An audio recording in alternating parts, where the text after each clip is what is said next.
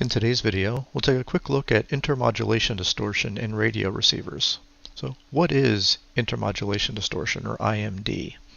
It really refers to the mixing of multiple input signals inside a receiver, and often due to nonlinearities in the receiver, whether it's in the mixer or IF amplifier stages or things like that.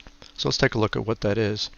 So if you have two, in this case a simple example where I've got two input signals, F1 and F2, being applied into a receiver. Any nonlinearity in that receiver is going to cause these things to mix together and to create IMD products. Second order products are those that involve essentially two frequencies. In this case, we'll get, say, the sum and difference frequencies. This is very commonly what you think of when you put signals through a mixer. But really, any nonlinear property in an amplifier or a mixer is going to cause these intermod products to appear. They're generally not a problem in a receiver because they're often pretty far away from the signals of interest at F1 and F2. Of course, the other second order intermod products will be 2 times F1 and 2 times F2. Again, far enough away from our fundamental frequencies of interest that they're generally not a problem. The third order intermodulation products are things where you involve three frequency terms, like 3 times F1, 3 times F2. But the ones that really become a problem are 2 times F1 minus F2 and 2 times F2 minus F1. These signals generally will lie very close to our input signals of interest, and therefore can become a problem because they can be in band.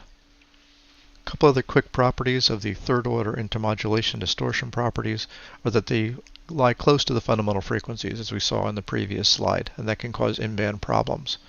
Also, their amplitude varies 3 times faster than the input signals, meaning as the input signal power is raised up, the third order power raises up at a rate that's 3 times faster.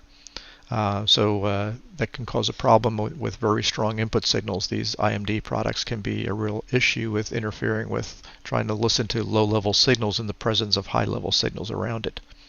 In fact, if you extend these characteristics up to a point where they actually cross, that's actually called the third order intercept point.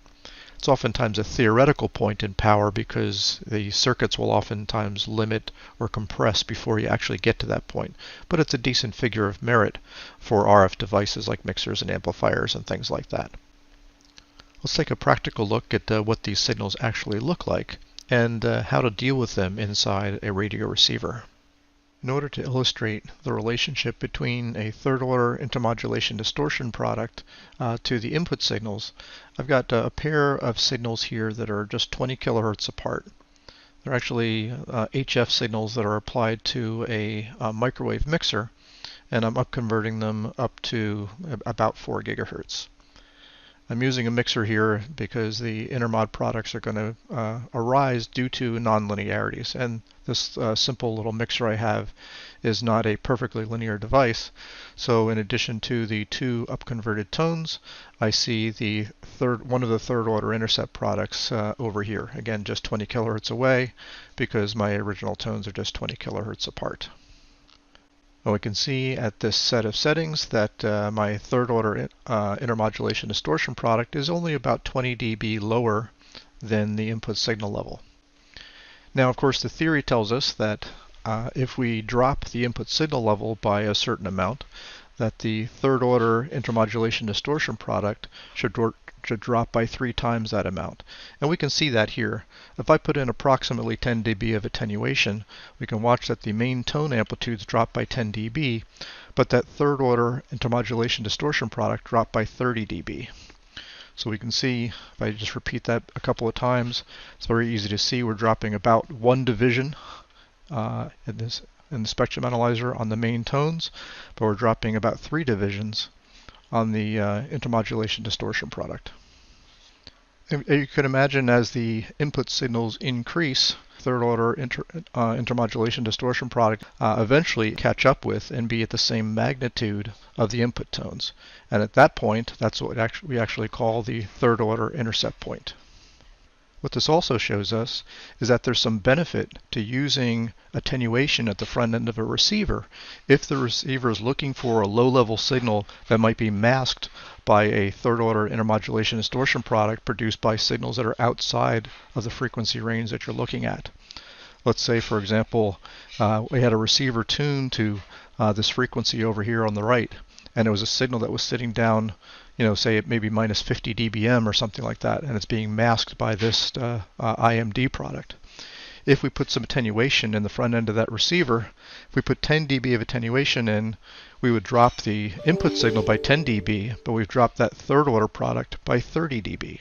If I add some more attenuation in this case it was another 10 dB, I may have dropped the input signal from minus 50 to minus 70, but I've dropped that third order product now down closer to minus 90. So it's now down below the level of that weak input signal.